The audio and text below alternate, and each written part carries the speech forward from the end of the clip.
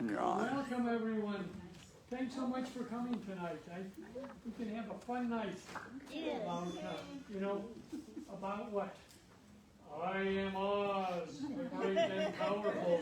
Whoa, what a movie, huh? I remember in college how every once in a while you'd have an opportunity to get something that you consider an easy class. And I remember, I think we had a class of film appreciation. Wow. And I didn't realize that our professor at the time had been doing it for years and years and years and wrote textbooks that other colleges used for different classes. So it was much more interesting than I would have ever envisioned. Film appreciation is a wonderful thing. And then along with the fact that I've been on a meditation path for a long time. So always looking for ways in which maybe there could be hidden meanings in different things. And Oz in particular is a fascinating movie. Is there anybody here in the room that has experienced, who maybe saw the movie the first time in black and white? Black and white? A lot of us, huh? Well, it was first shown, I think, in '56 on the TV, and then a year later, and then became a yearly thing. We got a color TV in 1966. And watching it for the first time in color, didn't realize how much of the movie we might have missed by doing all of that, So what a fascinating change to do that. Just like now, they have some black and white movies that they're colorizing. And the technology is amazing that they could do that. And it gives you a different sense. So my feeling of what we're going to do tonight, we're going to watch a movie. It's not The Wizard of Oz, but it is about the making of The Wizard of Oz. And it's got some fascinating information in there. And we'll talk about different things about the movie, and then about the author and some of his beliefs, and how things got translated into the movie that are possible interpretations. I've seen so many different interpretations of these things, some political, some economic, things that didn't make that much sense to me.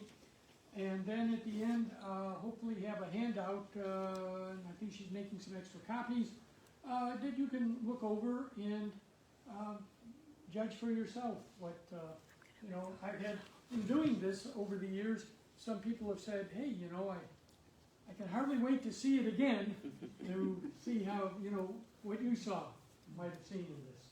So, for example, some of the information, the Tin Man. You may be aware, Buddy Epson was the first man to play the Tin Man. Okay, but, all that aluminum and all that aluminum dust and things in his he had such an allergic reaction, he was hospitalized. Okay, and so then Jack Haley ended up playing it. Thank goodness that he survived. Otherwise, what would Davy Crockett have done in the mid-50s without his sidekick? And I don't know if the Hillbillies would have ever gotten out to California. So, let's start with this. I think you'll find a lot of facts.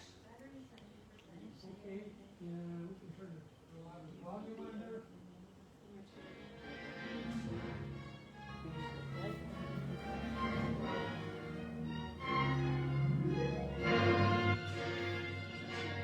Many miles east of nowhere lies the amazing land of Oz, a magnificent empire created in the mind of a man who wrote a great book about it. Like wildfire in the wheat field, the fabulous tale of the Wizard of Oz spread from town to city, to nation, to the entire world. The Wizard of Oz. More people have seen it than any other movie. Over 1 billion of them. It's probably the most beloved movie ever made in any language. Vamos, vengan a pelear. Quieren primero. Peleémoslo todos si quieren. Warum kann leider hier nicht auf dich lauern? Aber hüte dich heute nie in meinen Weg. Dann gehörst du mir, mein kleines Schätzchen, und dein Hund auch. historian has noted that the enduring magic of The Wizard of Oz touches not only our children, but the child in all of us. The enchantment is easy to explain. The movie's sentiments are universal. Its timelessness, that of any great classic. Those who created this work came as near to perfection as anyone could ask. They didn't want to do that, believe me, to spend that much money. Because there was a lot of money in those days, $2.6 million, a lot of money. They almost fired me for spending so much money. We finally took some of the makeup off. They took some of the makeup off and we went to the commissary. And it was such a frightening thing to see for other people, no matter what we looked like, for people from another world, for those weird kind of faces that we had. And they just kicked us out of the commissary and made us eat in the dressing room. People question me like you're questioning me now. Say, it must have been fun making that picture. It was a lot of hard work. It was not fun at all. There's nothing funny about it.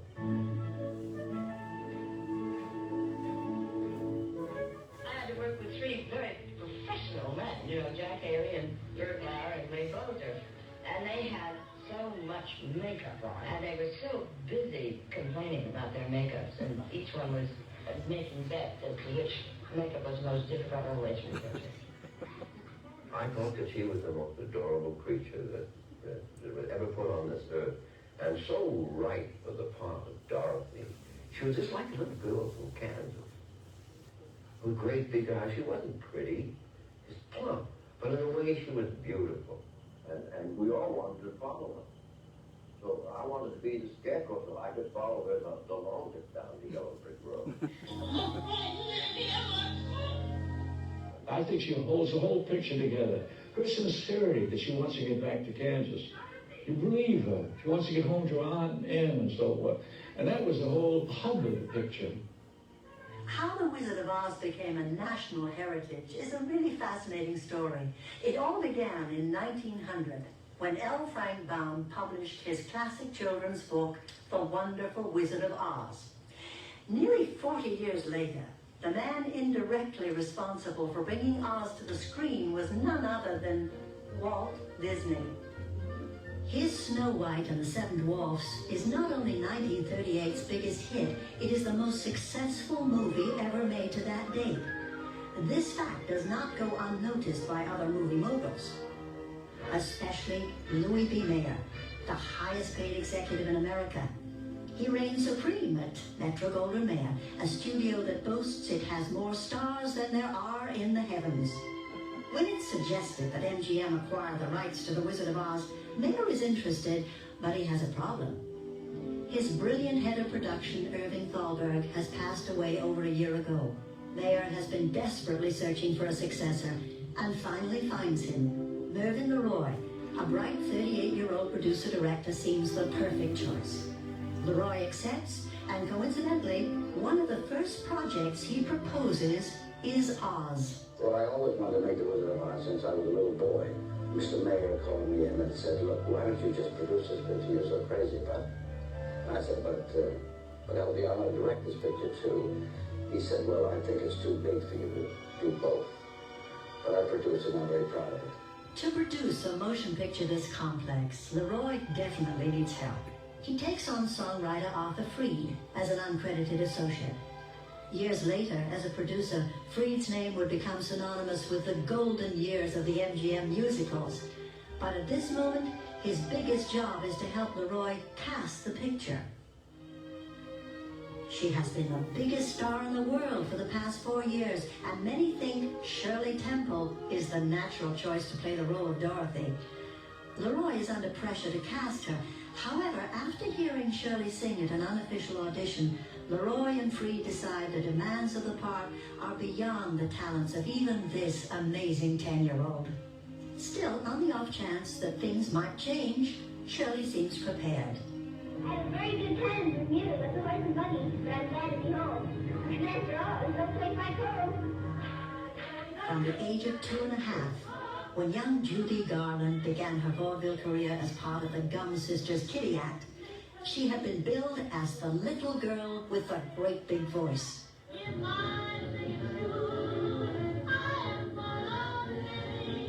By By the time she is 15 years old, her name has been changed from Frances Gum to Judy Garland. And she has been under contract to MGM for almost 3 years. She can sing and dance, she can play drama or comedy. Anyone in Hollywood who has seen her perform at benefits or private parties knows Judy Garland is destined for stardom. The Roy and Free convinced Mayer that Oz could be her breakthrough. Judy must lose some weight, but the part of Dorothy is hers. May I come in, Mr. Malloy? Judy, I'll say you may come in. I just called Mr. Howell. Mother said you were on your way to Judy. I just couldn't stay home. I was so nervous. Nervous? Why should you be nervous? Well, I told Mr. Malloy I was thinking maybe I'm not good enough for the part. Well, Judy, even a smart little girl like you would be wrong. We've just seen the test we made of you for the part, and You mean I'm... you guessed it. You're Dorothy in The Wizard of Oz. Oh, Mr. Malloy, it can't be true. I dreamed and hoped for a test like this, but I never really thought I'd be so lucky. You're not lucky. We're the lucky ones. Well, Mr. Malloy, I just can't believe it. But if I do wake up and it's all true, I promise I'll work and study and do anything to make good. Spoken like the real trooper that you are. Well, I think I better go now. I mean, you might excuse me if I run home and tell my mother the news. She'll be so thrilled. Run along, Judy, and best of luck. Oh, I'm so happy. Well, all I can think of is thank you, Mr. Malloy. Thank you, Judy. I mean, Dorothy. When Mama spoke about making The Wizard of Oz, I could always tell what respect she had for the movie and how proud she was to have been a part of it. Whenever she watched the movie, you could see in her eyes that she loved making that film because she was a kid. She was 16 years old. She had a great time making that movie, and it was a happy time. Camera's ready. Sound is ready. Wait for everybody. Speed. 1, 2, 3.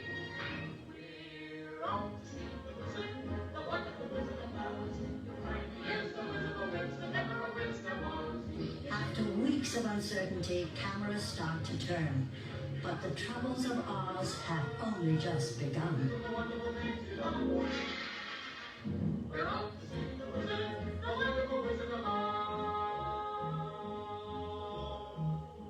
Sometimes my father and Ray would be interviewed on shows together because they were good friends. And Ray would begin to rhapsodize on how thrilled they were to be making the picture. And I'm sure in Ray's mind that notion still exists, but my father would bring him up short, always saying, Ray, you know that's not true. It was a miserable job. All this much better than another kind of a picture, and rather than going through the chaos surrounding the picture. It was very hot. By evening, you'd be wilted. You were exhausted and you're just dead because so much of the car, they were very hot too. And it was just terribly hot. But then they would open the doors and let the breezes come in for a few minutes, the great big doors. And they did this as much as they could, but they couldn't stop very often. Of course, the lights were on all the time. The lights and the camera, the whole thing. Then you had to be in the building, not arriving at the building itself. In the chair, etc. They would put the nose on, you see. And that was all then moved and patted in my fate. And then they put the chain on. And that was what it got quite a lot. And the same thing, moving it in here, then evening it off. And we arrived at 6 o'clock. Well, what that meant was, from one standpoint of the work, was that the hours were long and the time off from work was short. During this period, we had to have our dinner, sleep, and get back up again at 5 o'clock in the morning.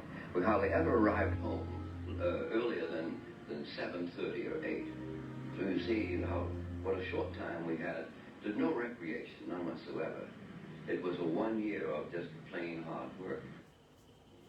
Princess gave them everything she had promised. Oh, what do you think happened there? The only thing that can happen in a fairy story, they lived happily forever after. Time for bed now. Here comes my wife. I got to get my boys to bed. I've always been fascinated by the stories you tell the children. You really think they're worth writing more? I do, Frank. I have complete faith in those stories. No publisher wants those children's stories I wrote. Daddy, yes, we published them ourselves. Well, yes, if you paid all the costs for publishing, that's $1,200. That means all our life savings here. We have the children to care for ourselves. I don't care, Frank. I have so much faith in those stories that I want you to take that $1,200 and get those stories published. Every one of Mr. Bone's characters were completely products of his own imagination. I think the secret of Mr. Bone's success was that he never wrote down his story. He wrote as a side. In his imagination, all those characters were very real. At MGM, the question was how to bring this classic to the screen without destroying its magical qualities. Well, it finally required the combined efforts of 14 writers and 5 directors to capture Baum's vision on film. In 1938, MGM is ideally suited to the demands of bringing The Wizard of Oz to the screen. The art department is the envy of other studios. We had about 7 or 8 draftsmen at Paramount. I think they had 40 at MGM. So that was the difference. It was a complete architectural plant, from the designer to the draftsman to the mill to the stage. So it was a factory process of talented people that could take any subject, design it, and build it and see it erected on the stage in a way that could be shot by a cinematographer. MGM's art department's led by a meticulous artist who will earn 11 Oscars in his lifetime. Cedric Gibbons. The 60 sets that'll become Oz are overseen by his assistant, William Horning. We were dealing in fantasy, you know, the yellow brick road and the hills and the odd sort of imaginative type of landscape that we have to paint. We have to develop different ways of doing things. The primary thing, of course, was the backing. What did you have on the backing? And it was fortunate that the first big challenge came in an area that was fantasy rather than reality, you know, the flying monkeys and all that kind of stuff. There was always that spirit there, you know? I am Oz, the great and powerful. L. Frank Baum's writing and W. Denslow's illustrations provide only a general guide to places and props that would now have to be designed, drawn, built, and decorated for the camera. Complicating Horning's task is the fact that every scene in the film will be shot indoors. But no stage is large enough to create the massive cornfield where Dorothy meets the Scarecrow. This is accomplished through some masterful painting on an enormous backdrop, 25 feet high and 400 feet long. George Gibson, to handle their scenic department, was himself one of the fine watercolorists in this country. He didn't see the big canvas of a backing as just that. It was another enlarged fine art painting. It takes Gibson and 12 fellow artists 3 weeks to paint the cornfield. But many scenes require an even larger list. In contrast to the cornfield backdrop, the road that stretches into the distance is actually less than 5 feet long. Known as a matte painting, this is just one of many that were used to spectacular effect in the film. The screenplay is credited to 3 writers: Florence Ryerson, Edgar Allan Wolfe, and a young man who deserves most of the praise. 26-year-old Noel Langley contributes key elements to the script. He changes Dorothy's shoes from silver to ruby. He establishes the fantasy characters as hired hands on the Kansas farm, and he inspires Dorothy to realize there's no place like home. 2 young men from Broadway are assigned to write the songs for Oz. Harold Arlen will compose the music. E.Y. Yip Harburg will create the lyrics and make important contributions to the script and casting of the film. I would dance and be merry, life would be a thing of dairy if I only had a brain. The melody for What Became If I Only Had a Brain was originally created for a Broadway musical 2 years earlier called Hooray for What. It somehow didn't end up in Hooray for What, and when they were working on the musical sequences for The Wizard of Oz, Arlen remembered this particular tune, which he felt had a sort of whimsical quality that would be appropriate for the characters of the Tin Man, the Lion, and the Scarecrow. The songs sung by each of the individual characters are wonderful ways to reveal their character. And if I only had a brain, if I only had the nerve, if I only had a heart. The characters were able to explain what they were really lacking. And it was the same song each time, but it was treated quite differently.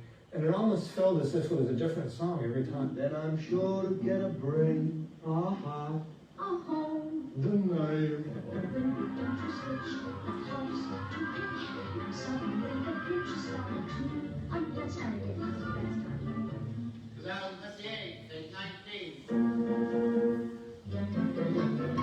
Much of the credit for adapting Harburg and Arlen's music into recurring motifs falls on the shoulders of MGM orchestrator George Baston. He took a little bit of the accompaniment in If I Only Had a Brain and turned it into a whole piece. George Baston was able to take that secondary motif and develop that as the Tin Man's dance music.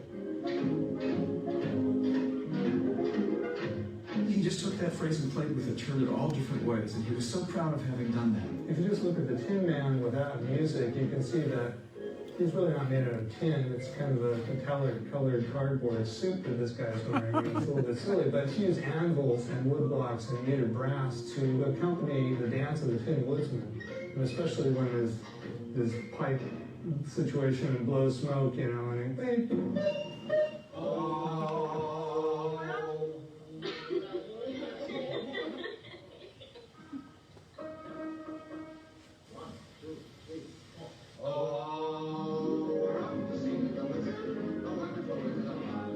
In 1938, MGM had developed a very complex system of recording and shooting musicals with overdubs and multi-tracking, and most interestingly, pre-recording. All the actors would listen to it on a playback and synchronize their lip motions, and they're dancing to the pre-recorded music. The sync is pretty good on it. The Lion, he's a little soft every now and again.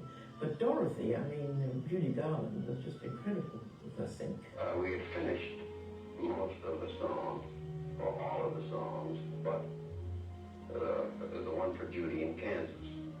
And I knew what I wanted, but when it doesn't come, it becomes one of those things that bugs you. And most of us don't like to be bugged. I said to myself, let's go to Grauman's Chinese.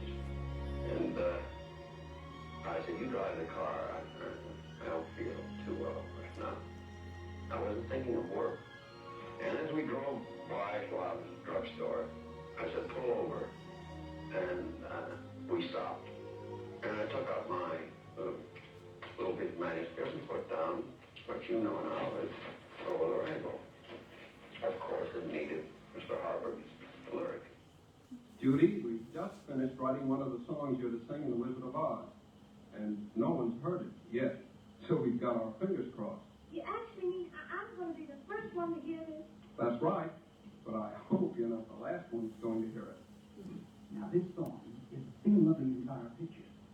You're the little girl in Kansas, that unhappy little girl who's always yearning to be somewhere else but home. Oh, you mean I'm always trying to escape from myself? Mm-hmm. That's it, Judy.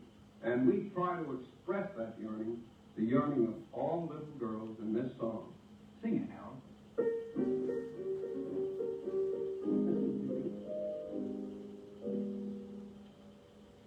Somewhere over the rainbow, way up high, there's a land that I heard of once in a lullaby.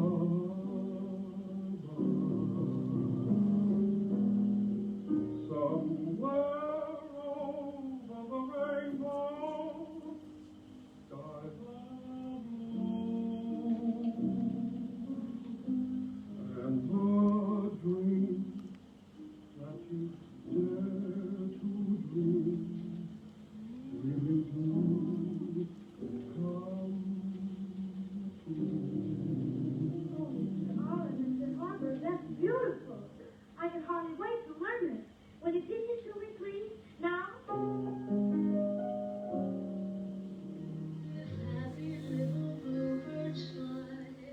sounds inconceivable, but Over the Rainbow is cut from the film after the second preview. It slows down the picture, some executives complain, and they consider it undignified for an MGM star to sing in a barnyard.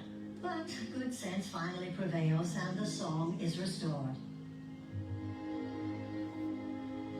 Someday I'll wake and rub my eyes, and in that land beyond the skies, you'll find me.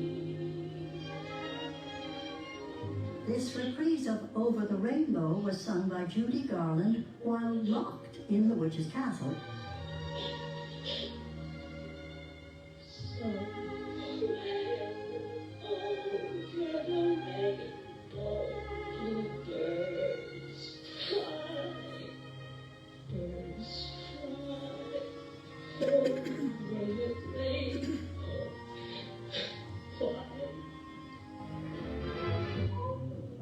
Oh, the jitterbug. Oh, the bug. Oh, the jitterbug. The Jitterbug number took 5 weeks and tens and thousands of dollars to prepare, rehearse, and film, and it was cut after the first preview. But here's a chance to see the entire amazing routine.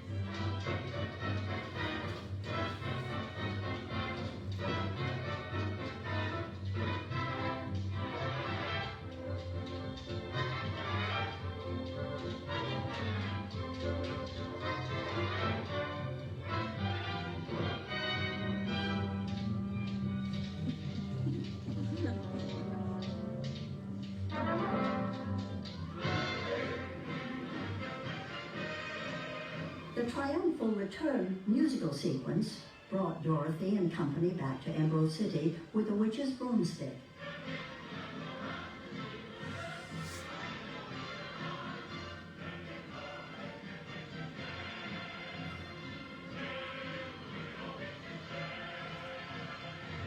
New Year's Day, 1939. The Wizard of Oz still has 3 more months of shooting, but the MGM publicity department is wasting no time. An elaborate float makes a grand appearance in the Tournament of Roses parade, and thousands of children get an eye-popping look at their Oz fantasy characters come to life.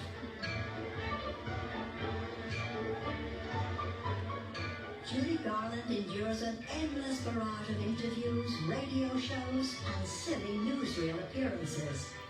It's ever a privilege, Selma and Jeanette, to be able to congratulate you on being elected co-president of the Twins Club of Greater New York. Thank you, Judy. And on your mark, get set, go! Even Judy Garland's 17th birthday party becomes a public event. She and Mickey Rooney are the newest rage among teenage moviegoers, and their boss, Louis B. Mayer, is well aware of it. The studio sends Judy and Mickey to New York to open the film. As innocent commuters scramble for their trains, Grand Central Station becomes a madhouse. The much-publicized arrival causes a near riot. 10,000 screaming fans are held back by an emergency squad of 250 patrolmen and 25 detectives hastily summoned to maintain order. But despite the heat and bedlam, Mickey and Judy survive. When the Capitol Theater opens its doors, over 15,000 people are in line, circling the entire block. After each screening of Oz, Mickey and Judy perform a specially prepared musical comedy act. Garland and Rooney and Oz spread break all attendance records in one of the most successful launchings of a film in history. Wherever they appear, New York audiences go wild. One reporter says, these kids are the biggest news since Lindbergh came home. At the New York World's Fair, Mayor Fiorello LaGuardia gives Mickey and Judy a guided tour. It looks like they're going to move in. You tell the kids, what do you think of this man? Isn't it great?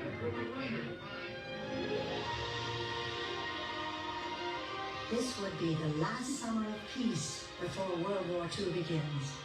For millions. For years, it's the end of the yellow brick road. No more rainbows. There were only a few channels back then, maybe 3 or 4 in each channel. It wasn't like the hundreds of channels today, and there was no such thing as a tape or DVD. When a movie was shown on the tube, everybody watched it. You could say that again. I was 5 back in Wisconsin. I watched the movie that night with 3 cousins and 2 sets of aunts and uncles and my mom and dad, and everybody else had a wonderful evening. I had the life-changing experience. CBS then didn't show Wizard of Oz again for 3 years. They held it. They thought once a year would be too much. Well, they showed it again in 1959. And the ratings, they went through the roof. They were astronomical. It was like something like 45 million people. And then it started, once a year. Everyone could remember where they were the first time they saw it. It was like 3 main events of a child's annual life. Birthday, the December holidays, be they Christmas or Hanukkah, and the night the Wizard of Oz was on. Part of the magic was that you could only see it once a year. You would sit there and think, oh, there's the cyclone. I'm not going to see it for a year. Oh, but there's lunch tonight. I also remember cowering and hiding my eyes whenever the Wicked Witch came on the screen. I was so terrified of poor Margaret. I'm not afraid of a witch. I'm not afraid of anything. What I remember is peeking out from behind the couch, and then I would hear that horrible cackle. There's no question that it moved me profoundly and scared me actually deeply. And I'm sure it's when the flying monkeys appeared and I was just, put me away, I was terrified. My father was a TV repairman, and we were one of the first on the block to get a large color console TV, and he did this right before the annual showing of The Wizard of Oz. I think he had that in mind. And you know, my parents, the day of the movie, were telling me, oh, you're in for a surprise, something wonderful is going to happen. And you know, I remember being excited to see the movie anyway, but then when I actually saw her open the door and it burst into color, it was just, you know, the most amazing thing.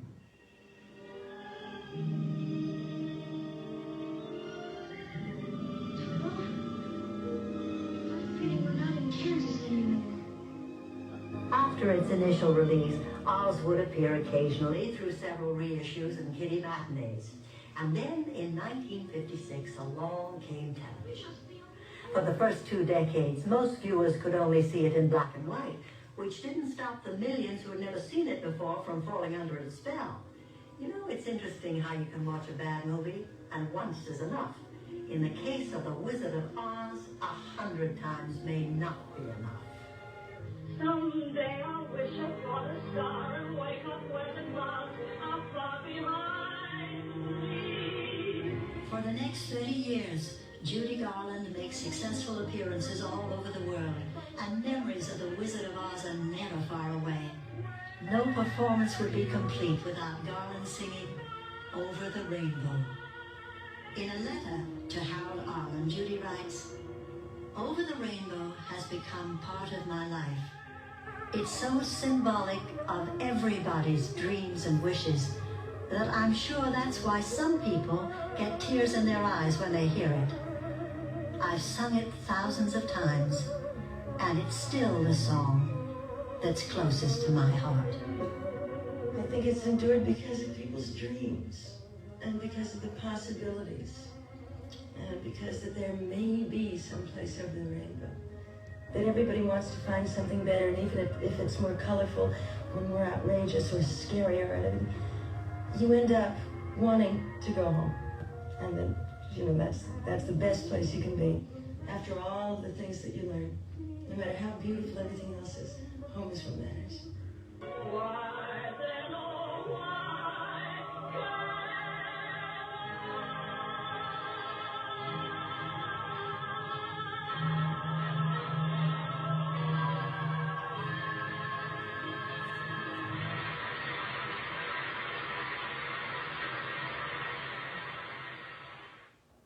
The magnificent musical spectacle which highlights the new entertainment season. That's The Wizard of Oz, a glorious extravaganza painted with a rainbow of technicolor. With a cast of thousands, at a cost of millions, from border to border and coast to coast, they're calling The Wizard of Oz the sensation of the year.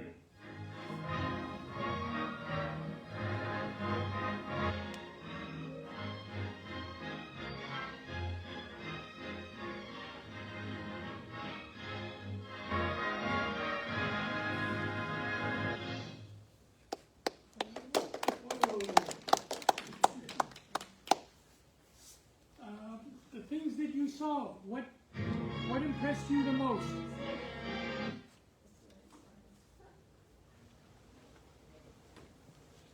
I'm sorry, can you repeat the question? Yeah. What impressed you the most of what you saw or learned in watching the making of the movie? Yes, sir. It was just much more difficult to produce than I had any idea of. I thought it was just a slam dunk, but they put tremendous technical and artistic effort into it, a great achievement. Yeah, you wouldn't think that it would be as complicated as it was, or that it cost as much as it did back in those times. A year to make it? It was a little over, I think. But Margaret was Margaret Hamilton. Yeah. When that first scene comes out and she then the smoke comes up and she flies away. She got burned. Something happened, and she had some second and third degree burns, and she couldn't be involved in the filming for I think at least 2 or 3 months. So little things with all that new stuff that they're doing. That was there. Anybody else? What year was that? Well, most of it was made in '38, and then it was released in '39. And a lot of people thought it was so creative that it would have won an Academy Award. Oh, yeah. However, that was the year of Gone with the Wind. Gone with the Wind. So yeah. Yes, sir.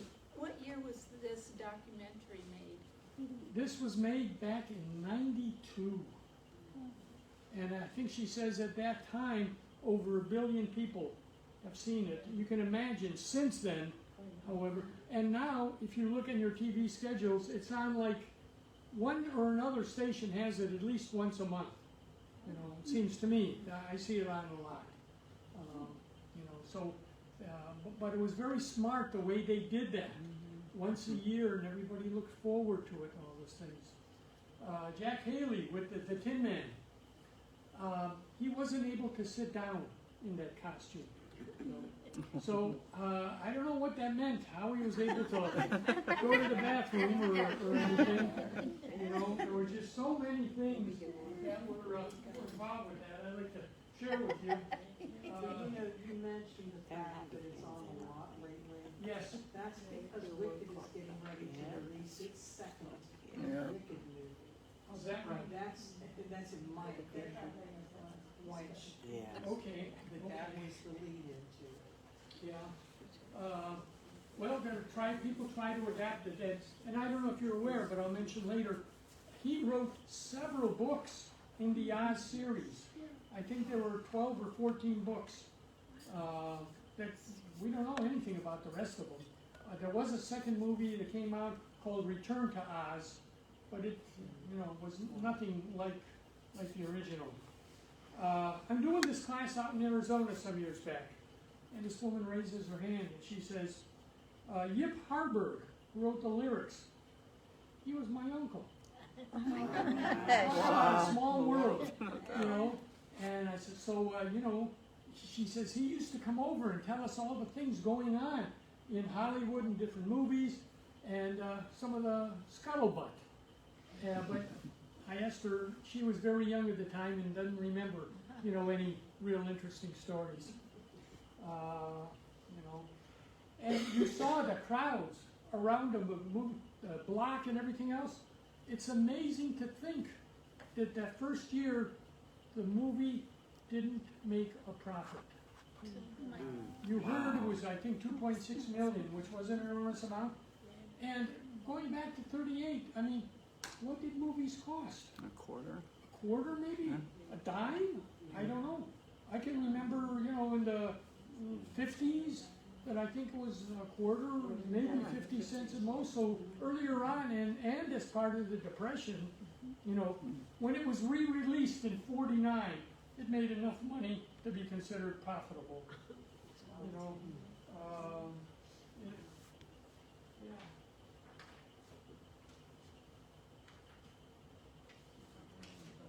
This is just a summary of the plot. They mentioned Walt Disney's Snow White as having an influence on doing this. And interestingly enough, Frank Baum might have influenced Disney in some interesting way, because back in shortly after the book was released, and the book was a big hit in 1900. It was on the children's bestseller list, I think at the top of it for a couple of years. And he had the idea of setting up what we might call Ozland, okay, a place like that. And if Disney was aware of it, that might have helped him inspire Disneyland, And I was surprised to learn, too, that Snow White and the Seven Dwarfs was, as they described, the most successful movie till that time. I guess maybe what they mean by successful, maybe how much money it made compared to how much it cost. That's probably what it comes into.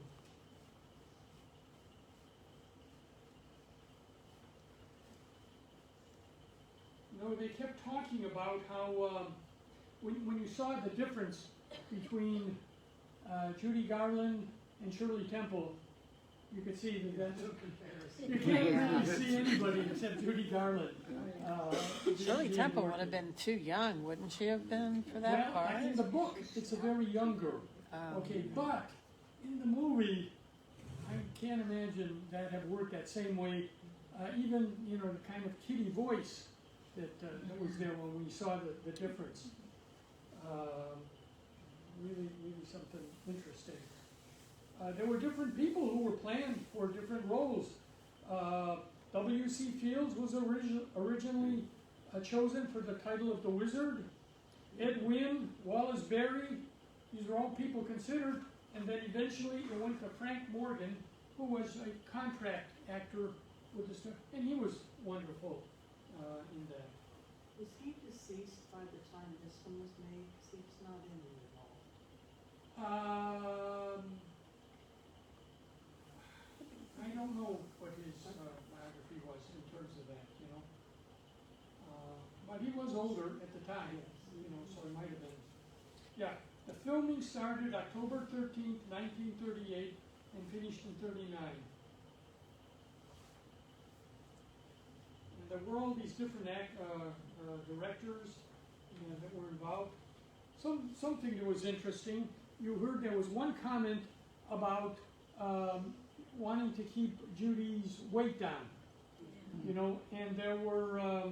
she fought that her whole life. Yes, the studio went to extreme lengths to change her appearance, including binding her chest, and it says giving her Benzedrine tablets to keep her weight down, along with uppers and downers that caused giggling fits and other issues. They set up her whole addiction. Yeah, that was the beginning of her addiction. Mickey Rooney said that no, the studio never gave her those. Maybe he's right, maybe he's wrong. It might even have been her mother.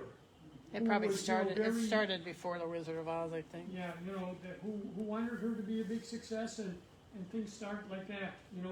There was one scene where the director slapped her during the Cowardly Lion's introductory scene because she couldn't stop laughing. at the outfit that he had on. So once the scene was done, he was ashamed of himself and ordered her to punch him in the face. And instead she went up and gave him a kiss on the cheek. You know, so some of the special effects were really, really interesting. The Cowardly Lion and the Scarecrow masks were made of foam latex makeup, okay? It took an hour each day just to peel Bolger's glued-on mask from his face. Ouch. And took longer than that to put it on. A process that eventually left permanent lines around his mouth and chin. Wow.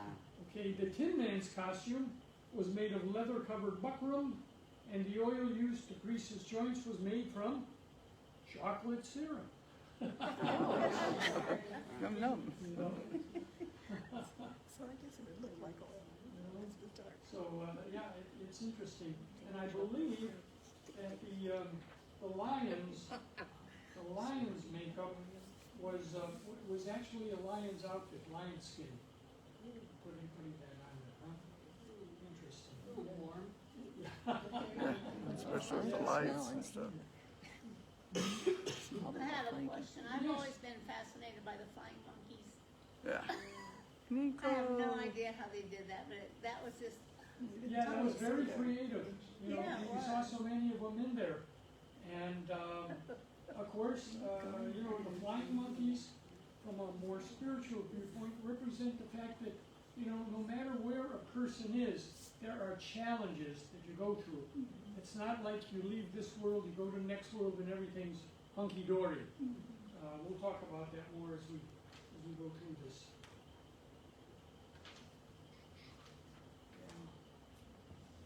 You know, a lot of the critics really liked the movie. I think it got a 98% with the, what is that thing called? Rotten Tomatoes. Yeah, and I'm thinking, what was with the other 2%? Those are the 2% don't like anything. Well, it makes you wonder too. You saw that scene, that dance scene, that jitterbug thing. Did they, as you look at that, you could see it really didn't add anything to the film. Right. You know, and yet they spend tens of thousands and all that practice. I know it always makes me wonder when you see a film, what they edited out, how they decided certain things like that. That was a good decision. That's why you watch the Absolutely. deleted scenes. Absolutely. That's true. On the DVD. Now you can't see those anymore unless you have the DVD. So that's a lot about the movie. You know, maybe you saw it here, but I know in Arizona in the paper, they had an article a couple of years ago about somebody trying to steal some of the set of Garrett shoes. They found them. Yeah, somebody stole them and they found them. And somebody, they somehow conned this older person into it, and he had no idea the relevance of them. I don't know where he had his head in the sand, all those, but apparently she used at least 5 different pair of shoes. And so, I think it was at a little tiny museum somewhere out in the yes, Midwest. yes, different They found them museums recently. in different areas and things like that. Yeah. Yeah. So let's talk a little bit about the author. You saw him in there. You know, he's talking with his wife, Frank Baum. Born in 1856, best known for The Wonderful Wizard of Oz. He wrote 14 novels in the Oz series, plus 41 other novels, not including 4 lost unpublished novels, 83 short stories, over 200 poems, and at least 42 scripts. How he had time to sire 4 kids. I mean, that is phenomenal, you know. You know, he was raised in Upper New York. He had a lifelong fascination with the theater. And actually, after The Wizard of Oz was so popular, they put it in a theater format, and it traveled around the country for several years, and it was quite successful. You know, I would think that it would be hard to do a lot of that in a theater situation. You know.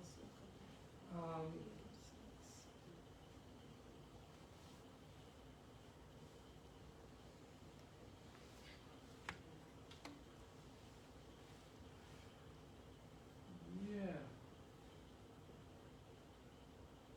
A lot of times, after having the success from his different novels, he tried to put different things in theaters, and actually spent a lot of his money there, and actually had to declare bankruptcy at one point for trying to, you know, support these things and not having them as successful as he would have liked.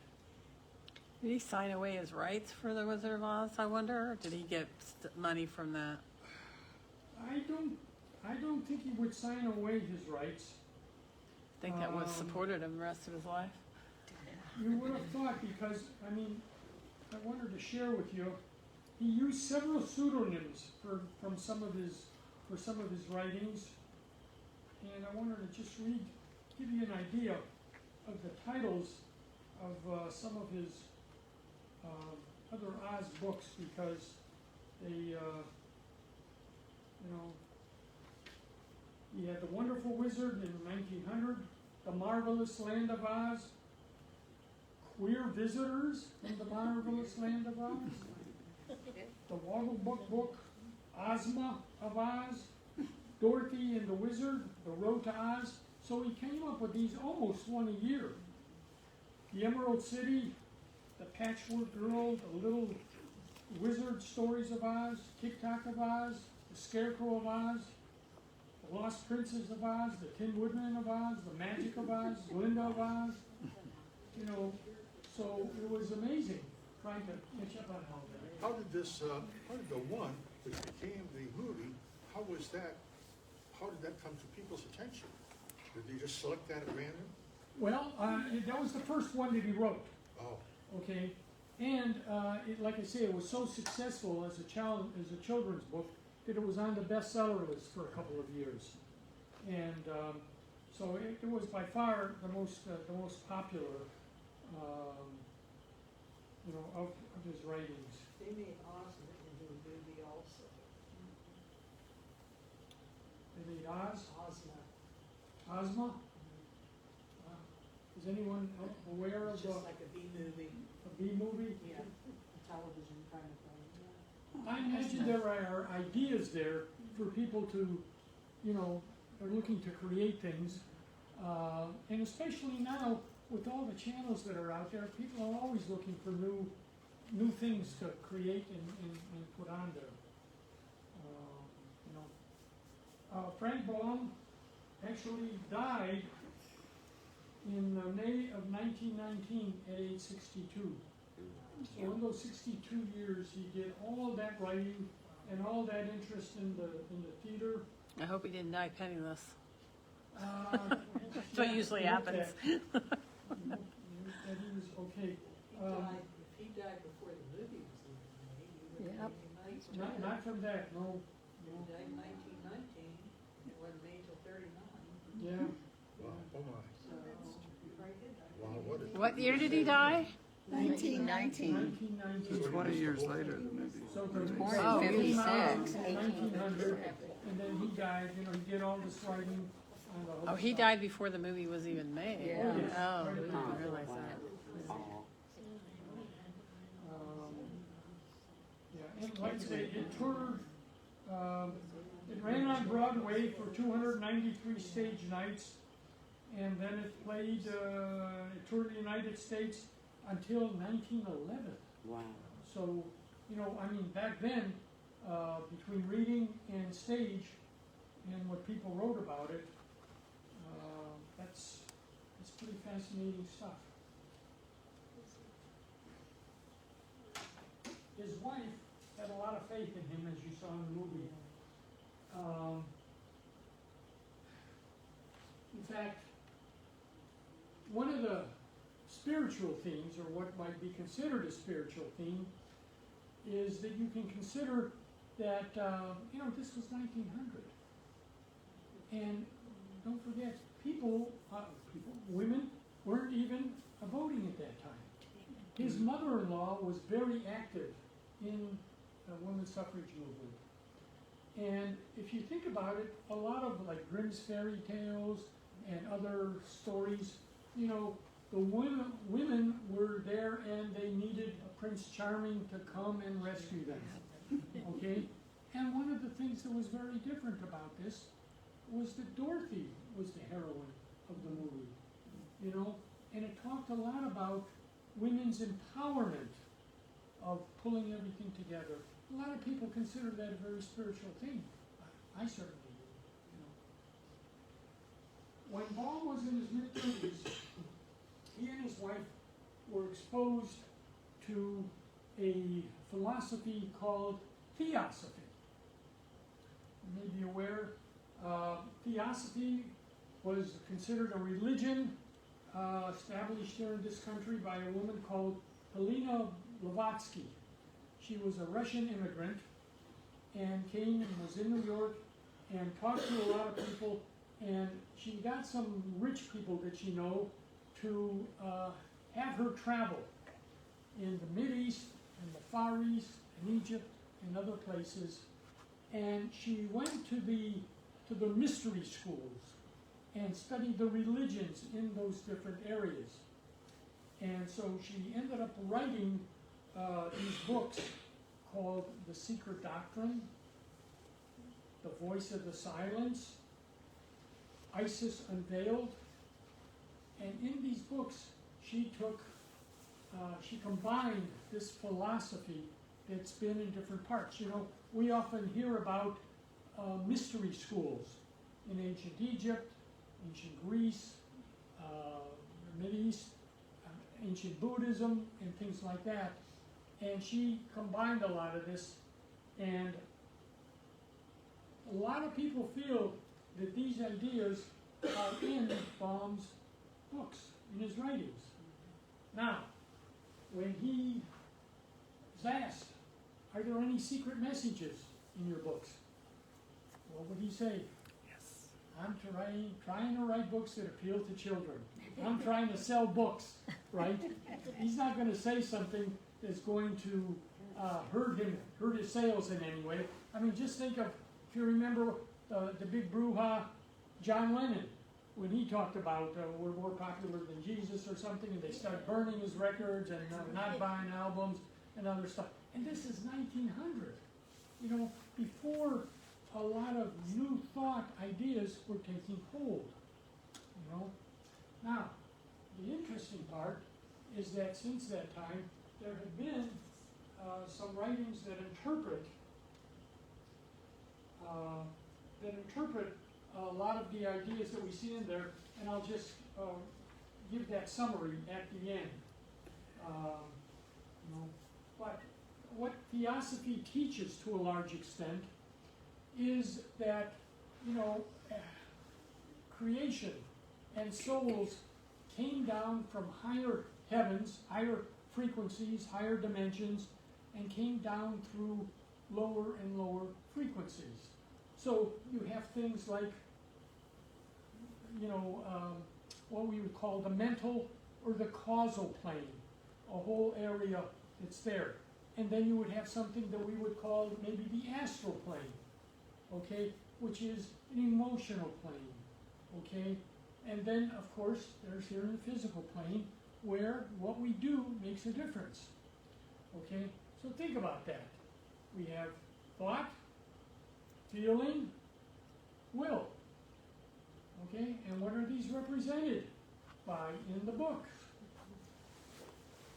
So thought, ego, the brain, from the scarecrow, the heart from the Tin Man, okay, and then the will through courage and all that.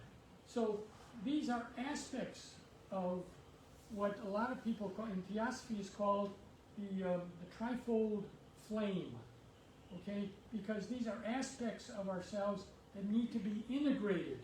It's part of the soul's journey to learn how to integrate all these things. And then we travel to higher and higher dimensions on the way home also, okay? So those were all in the movie, though. Those are in the story, all those dimensions. Well, think about it. It's a possible interpretation. And who's the first person she meets? It's the scarecrow who's looking for the brain. Okay, why? Because everything starts with thought. Okay? And then what is the next thing? From thoughts, you develop feelings. How you think about things. Either get you mad, get you sad, get you happy. Okay? And then what is the next thing that follows that? It is using your will to put that into action, your deeds. Okay? So there are some things that we can look at that are possible interpretations of the way that happens. I always thought that was just accidental, but I can see it's not, is it? It doesn't seem to be, does it? Because you know what? Otherwise, maybe you could have met Tin Man first, or somebody else. So there's some aspects to how this happens. Well, he's writing to kids too. And he's writing in such a way that because Theosophy tells us the purpose of human life is the spiritual emancipation of the soul. So it's kind of like we learn more, we learn to love, we learn to deal with different challenges, and because of, in fact, the tornado at the beginning, for some people, they think of that as the circle of life, as reincarnation, round and round, okay? And what happens with all of that? She goes out and she gets hit on the head. By what? A window. A window that kind of allows her to look into another dimension, another plane, other frequencies. There are a lot of people who feel that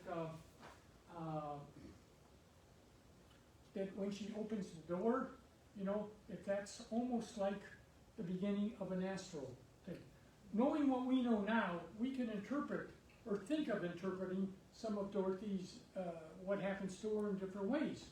The movies in the 1930s, if there was a dream sequence, I can remember a Jack Benny movie in particular, then usually what happens is something kind of goes across the screen and you hear harp music.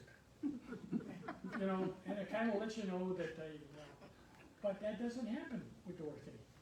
I mean, she's there, and when she opens the door, there are all these amazing colors. Okay? The people who have had near-death experiences talk about wanting to seeing colors that are much more beautiful than anything in this world.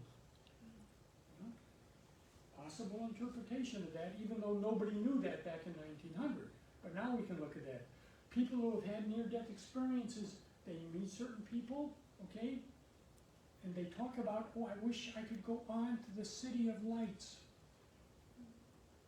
The Emerald City? Possible.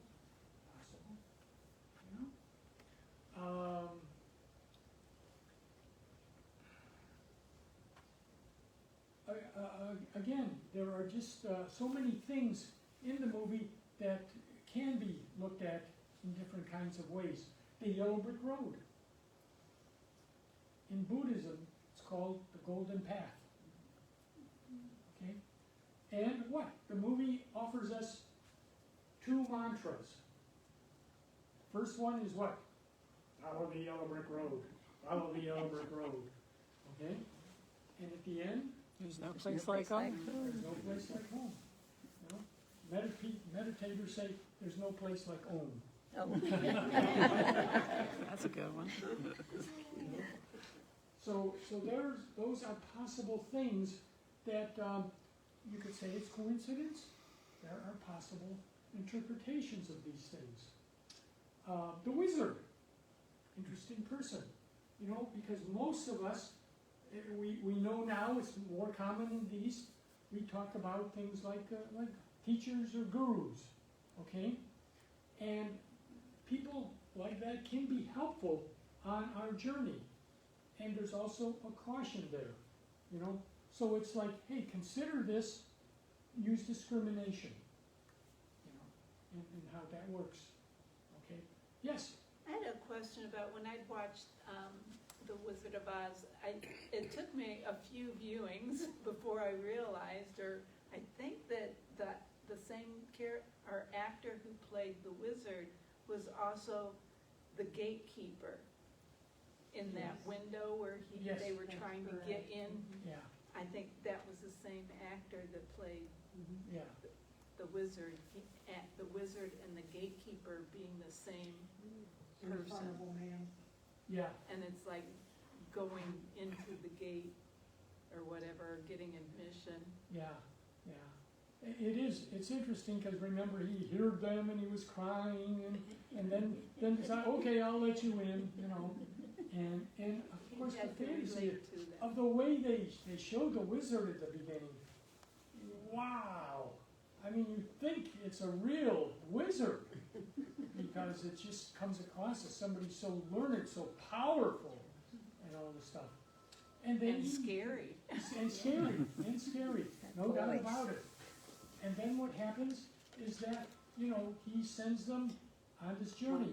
Because in any dimension, there are challenges. I mean, it's possible that there's a dimension or a heaven out there where there won't be. But for the practical purposes for us, there are going to be challenges all along the way, you know, until we get more perfect, you know. It's an interesting way to think about it. I mean, in our own scriptures, our Christian scriptures that we're most used to, Jesus tells his disciples what? To you, I have revealed the secrets of heaven directly. To others, it's given in parables. Now, what does that mean? Who knows? Okay? It's just that perhaps they experienced more than ordinary reality on a regular basis. Okay? Because there are some teachers who can give people a boost with their meditations, with their experiences and things like that. You know, the teachings, of course, of all the religions that Helen Blavatsky found, they all have the golden rule. You know, they all talk that the highest teaching is love, and yet it's difficult for us to learn to put that into practice. I mean, we all wish we could be better at it. You know, and that's our learning. That's our task here, because what the Theosophy teaches is that this is the soul's journey in this life.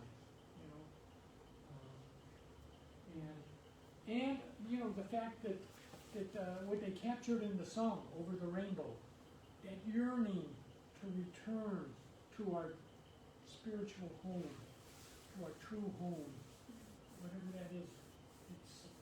It's difficult for us to put that into words.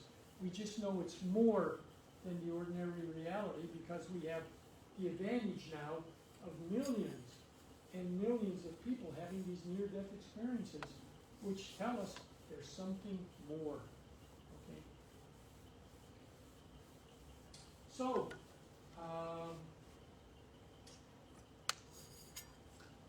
why was she called Dorothy? Why not Jennifer? Matilda? Somebody else? Something like that. Dorothy. Dora Theos. Gift of God. Okay? Interesting. Because it's our gift. Because she is reminding us that each of us is on this journey in life. Okay? And our purpose is to grow, you know, and learn and move along. So she's our reminder who each and what we all are. Interesting. So little things like that you wouldn't, you know, you wouldn't think of it as meaning anything.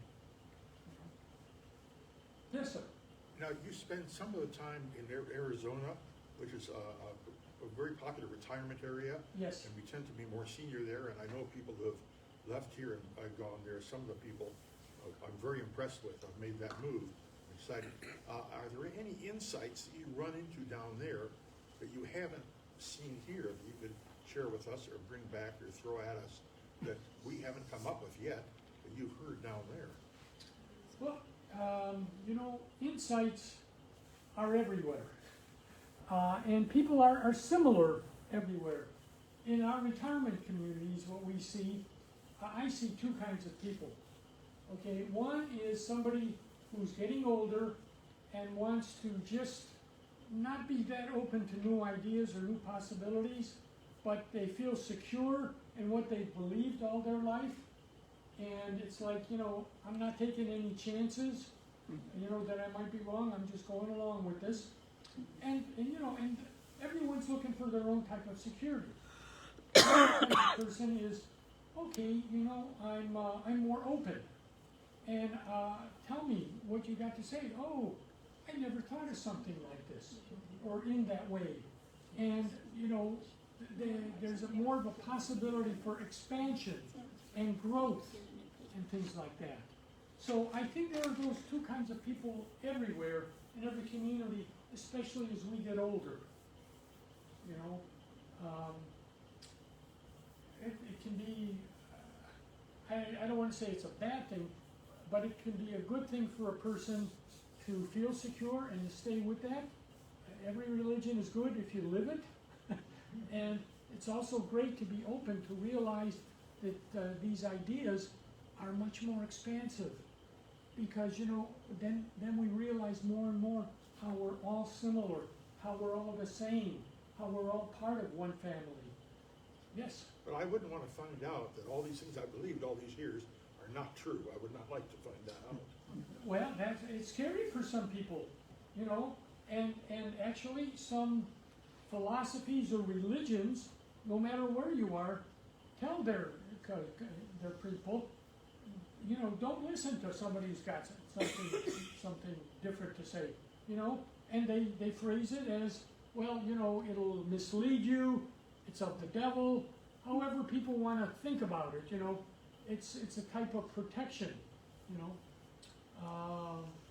So yeah, it is, I don't know if I would use the word scary, but it's certainly unsettling to have a different way of looking at things that we've spent 40, 50, 60, 70 years thinking one way, you know? And yet, is it possible? Because no matter what our age is, we can learn to grow. You know? That part is fascinating. So, Toto. Who names their dog Toto? Probably a lot of people now. Where did it come from? You know? You may be aware that in Latin, totem means whole and complete. Okay? So Toto is really the instrument through which Dorothy becomes more whole and complete. Okay?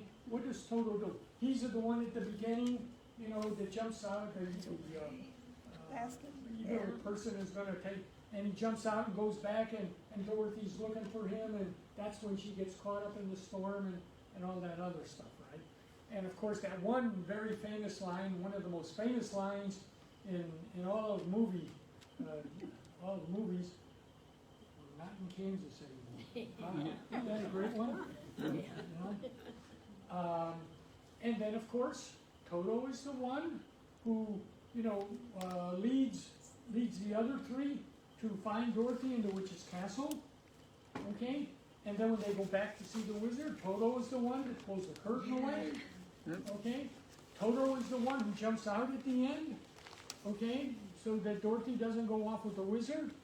And she's got to find her own power. Okay? And the good witch is really maybe another type of teacher or guru, whatever you want to call them, because there are those that are good and are pure, and their job is really to help us learn and develop our own empowerment. And that's what she does with Dorothy. Okay, and what does she tell her then? You've always had the power, okay? Well, why didn't you tell her? Well, she wouldn't have believed me. She had to find it out for herself. Don't we all have to find things out for ourselves? You You know, I remember in one psychology of religion class that I had, Gordon Elport wrote this book, The Individual and His Religion, where he talks about the mature religious sentiment. And what that is, you know, we're all grown up in families that have a background in their own ideas, or they call it a philosophy of life or a specific religion, and there's this tendency to just accept it. And, you know, we want to get to a point where we question that. Why do I believe this? Does this make sense to me? Okay? Now, we may end up believing the same thing that we've been believing all these years. Okay? But at least it's a mature sentiment because at least we've looked at it and we've questioned it. And we say, does this work for me? Is there a different way? Is there a better way? You know? So those are things that come into play. So again, Toto was this instrument that was, and what happens at the end? You know, who's leading Oz? Who's ruling Oz? It's the three of them. You know, the brain, the heart, and the will. Okay, the wizard is leaving them in charge. You know, and actually, when each of us gets to that point where we can combine those aspects of ourselves, okay, then we're whole and complete, and we can accelerate our homeward journey. Okay. So, any other thoughts, questions, comments? I have comment. Yes, please. Could you speak a little bit about the poppy field? You know, I think the poppy field can be interpreted as another one of those places that can be a challenge on the inside. What happened? They fall asleep in there and they get caught up in there, you know. There are a lot of people who feel that certain drugs, you know, can accelerate growth. There are a lot of other people who get caught up in that. Most teachers will say, you know, a lot of people have come to a spiritual path through drugs because it's kind of opened up parts of themselves to them. You know, you might, he's that famous guy who worked with King Leary over at Ram Dass. Yeah, Ram Dass ended up, you know, he, trying to think of his real name. Alpert? Was it Gordon Alpert? I don't know. Alpert. Well, anyway, you know, they started off with that, and they realized, hey, it's possible. There's more to life than I'm experiencing. Okay, but then teachers tell us that's not what we want to experience. We don't want to artificially induce something. That all joy and all peace and all wisdom is within us. And by thinking we can get there artificially, we're actually delaying our own growth. You know, when I was in college, you know, I smoked some weed, took a few other things, and I was amazed how inhibited I had been without realizing it. Okay, so something kind of helps us break through, but then it's what you do after you're aware of that. You know, because yeah, I mean, I haven't done that for a long time, and would I like to? Yeah, but I know that it's not gonna. It's like people who go to a party to drink so they can loosen up. You know, is it helpful in some ways? Yeah, but how much does it really mean? Because we got to deal with ourselves. You know. Yes. I have another interpretation. Yes. Of the poppy field. Okay, please. I always thought of the poppy field. They're on this journey, right, towards where they want to go. And the poppy field represents falling asleep, basically stopping the journey instead of continuing on and become lethargic, become like, oh, I don't think I want to do this anymore. Oh, I'm just going to kind of forget about it and sleep through it. In other words, to me, that's what kind of it represented, was that happens to people, to us. Yeah. We're on a journey, and it's not always easy. And then all of a sudden we go, oh, do I really want to do this? I want to kind of like back off. Maybe I've done enough. So that was kind of how I always sort of felt about it. So there are different ways of looking at it, I think. Yeah. Remember how how Dorothy overcomes the Wicked Witch? What does she do? The scarecrow gets on fire and she picks up a pail, water, and throws it, and the witch melts. And water is often used as a symbol for enlightenment and growth. Interesting. That rather than some other thing. Okay. Yes? In the original book, did they use poppies, or was that something in the movie that was done? I think that was part of that in the beginning of the book.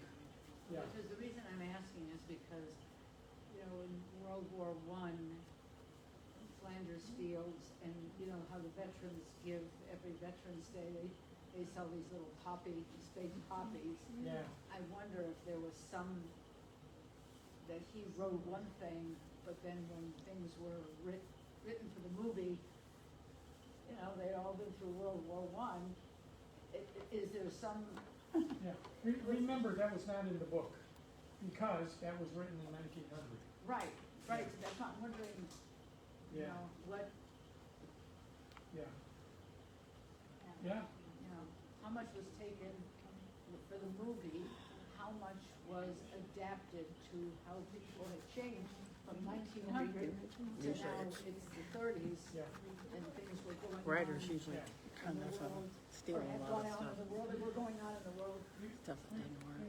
Excuse me, if you're even here, let me give you something. I think the poppy film was in the original. Pardon? I think the poppy film was in the original.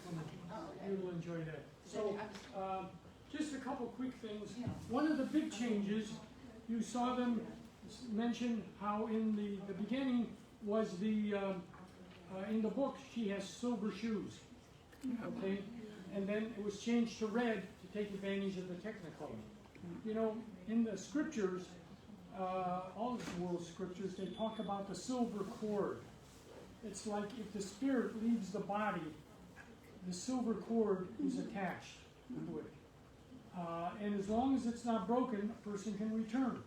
If it's broken, then we call somebody dead. Okay? So that's a big issue that's in a lot of mystical religions.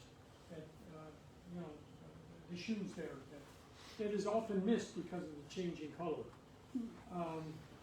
I've got a handout for everybody when you leave that will talk about a lot of these things.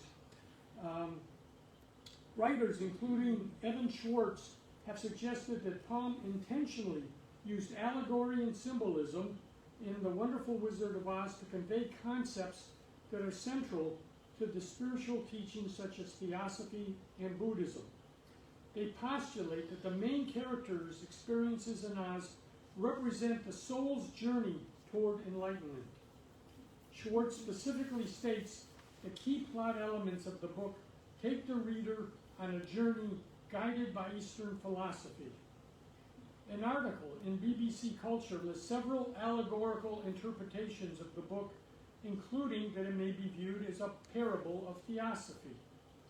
The article cites various symbols and their possible meanings, for example, the yellow brick road, representing the golden path in Buddhism, along which the soul travels to a state of spiritual realization. Baum's own writings suggest he believed the story may have been divinely inspired. A little bit different from when he said, I'm just trying to write for children. You know? It was a pure inspiration. It came to me right out of the blue. I think that sometimes the great author has a message to get across, and he was to use the instrument at hand. You know? So, you know, even if it wasn't consciously done, a lot of times when you learn something, you hear something, you have it unconsciously, and it comes out in your actions, in your words, in your writings, and things like that. So it's pretty fascinating. So, hey, I appreciate all of you being here today, and thanks for your kind attention. I think it was a lot of fun to talk about these things. Thank you. I have a handout for everybody that contains some of these ideas. And you know, this is a combination we talked about is a possible near-death experience and also a possible, what's the other thing I want to say? If those of you who are familiar with Joseph Campbell, who talks about the hero's journey, where somebody leaves home, goes on a journey, there's all kind of challenges, and you come home and you're more experienced, you're wiser, you're more empowered coming home, than when you left. It's like a journey of growth. Thanks, Joe.